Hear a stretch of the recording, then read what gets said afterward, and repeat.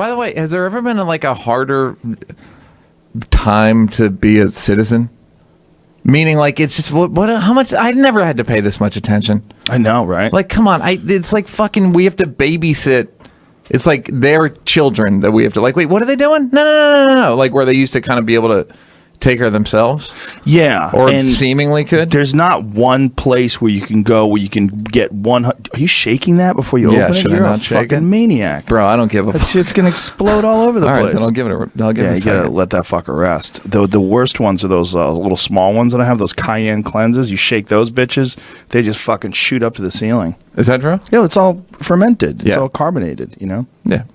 But there's no one source where you can absolutely get 100% unbiased factual information as the news. Everything is leaning one way or leaning another way. And even CNN, which I used to trust all the time, they fuck up all the time. They're always having to print retractions. There was something that was going around today. It's just, there's not one news source where I can say, please just give me the unbiased information with no left or right lean. Can I get that? Which we talked about beforehand. When there's like even the idea of the New York Times, what people don't understand is people don't understand journalism a lot of the time. Like literally when people go, it's fake news, it's like, you can't print fake news because you ever have anything in the New Yorker? You ever be quoted in a New Yorker article? They literally, you talk to the journalist, then two different fact checkers call you to confirm what you said. And like, is this true? Right. Is this, and this is in an article about someone else that I gave a quote for. And like, did you say that? And you can confirm that? And they do that. They do that at every major journalistic outfit.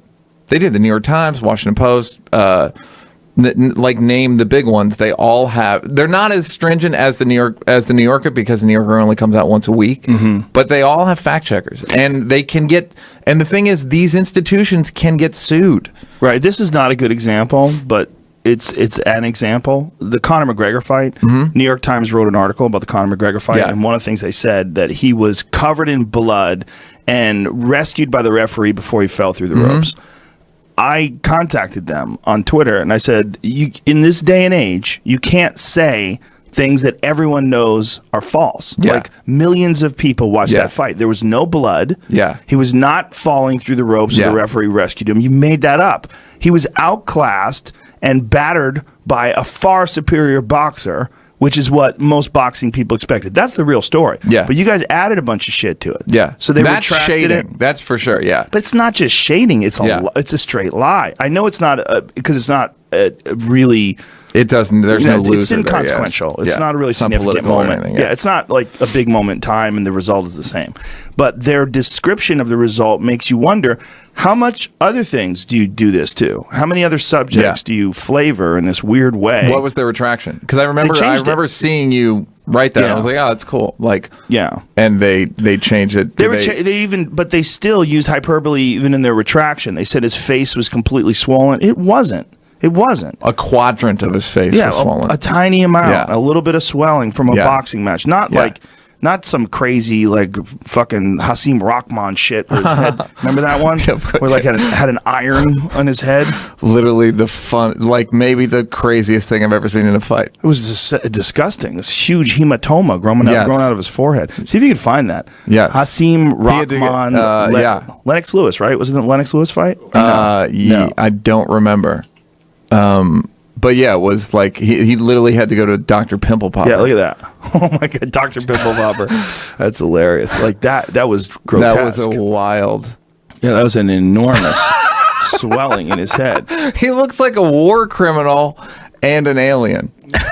Which is hard to do. Yeah, so if that, that's his face is completely I don't disagree that they do shade invariably, but you shouldn't.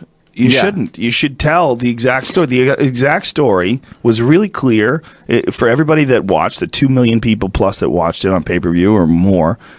It wasn't something that you can get away with bullshitting about. Okay, but this wasn't a problem 5 years ago. Do you know what I mean? Like it wasn't a problem. It wasn't a problem day to day. And that's the thing that I was yelling at somebody yesterday of like the once Fox News created this thing of like extremely shaded shit, and people saw that there's a market for it. They were like, all right, we'll do that. Like, we'll all do that now. Yeah. And then everyone's reacting, but they don't think they're reacting. And now the New York Times is trying to go the other way, where they hired this guy Brett Stevens to write op-ed pieces, and every week there's a new like, what did you just say? Like, really? Because they're trying to be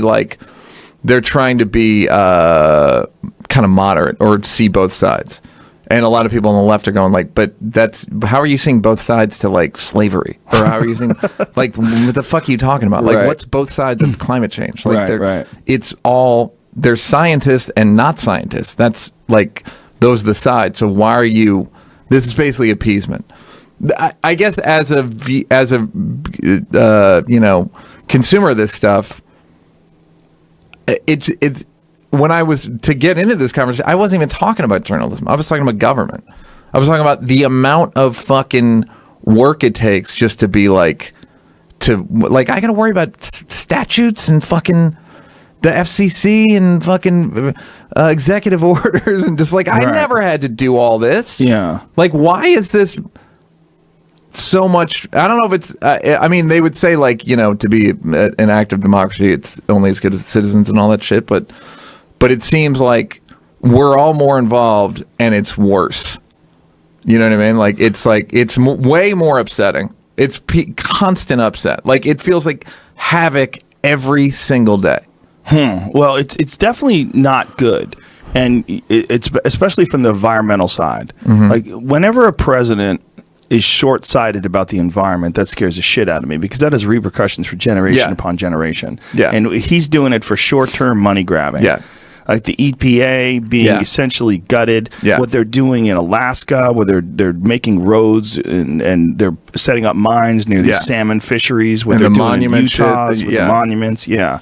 It's scary. Because they're just chopping away, and the repercussions could be forever. We have an amazing system here in this country in terms of like the amount of public land that we have, and the beautiful places where you can go and check out. All it takes is one or two assholes that have a mine, one or two assholes that allow drilling for oil in these places. All they have to do is extract resources from these public places. Yeah. And we're fucked. And those places are ruined forever. Yeah. Not just for your kids, but for your grandchildren, for everybody. Yeah, it's like, I hope you like equipment, because there's going to be a lot of fucking equipment at these places now. Yeah. That's the thing that I'm curious about. People that voted for Trump, like, is this what you wanted? Like, honestly, they just didn't want a Democrat. Yeah, I know. I have a feeling. I have a notion that they didn't like. They felt excluded. Yeah. By like elitism and going to Davos and the Hamptons and all these places, and like the Aspen Ideas Festival and TED Talks and all this shit. Yeah. So it's like, hey, fuck you. But this is which I get the notion of fuck you, like, but this is like, dude, you can't tell me that Obama stressed you out on this level. Like the level of Trump stress that like is just created in the culture. That's what I was saying. Like, it's havoc every day. Yeah. It's like a fucking melee. But do you feel the stress every day? Are you like... I do. Like, there are days where I'm like, I can't look at my phone. I literally can't. Like, a couple days ago, I was looking at something, and it was maybe 2-3 days ago. There are days where it's so like in the red for like cultural or political toxicity that I'm just like, Jesus, I can't. Yeah.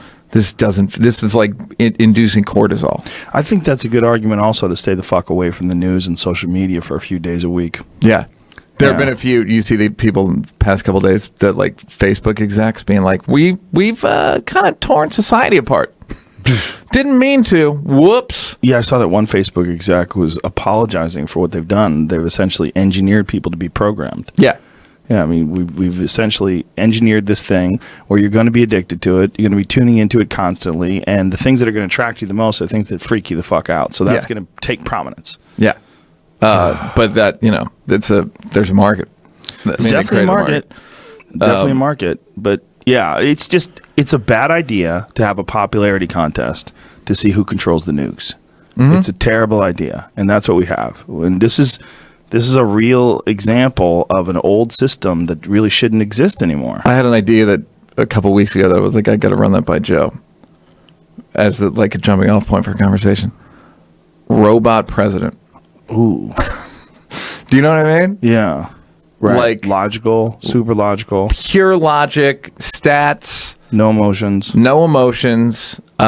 Takes all of history, human history, the 2,000 recorded history, 2,000 years, or what do you know, really 200 years, but like, and takes it all into account, even takes literature into account. Like plots. Right. Like takes Shakespeare into account, takes plots, you know, Henry VIII, all that shit. And then isn't that kind of what you want? Yeah.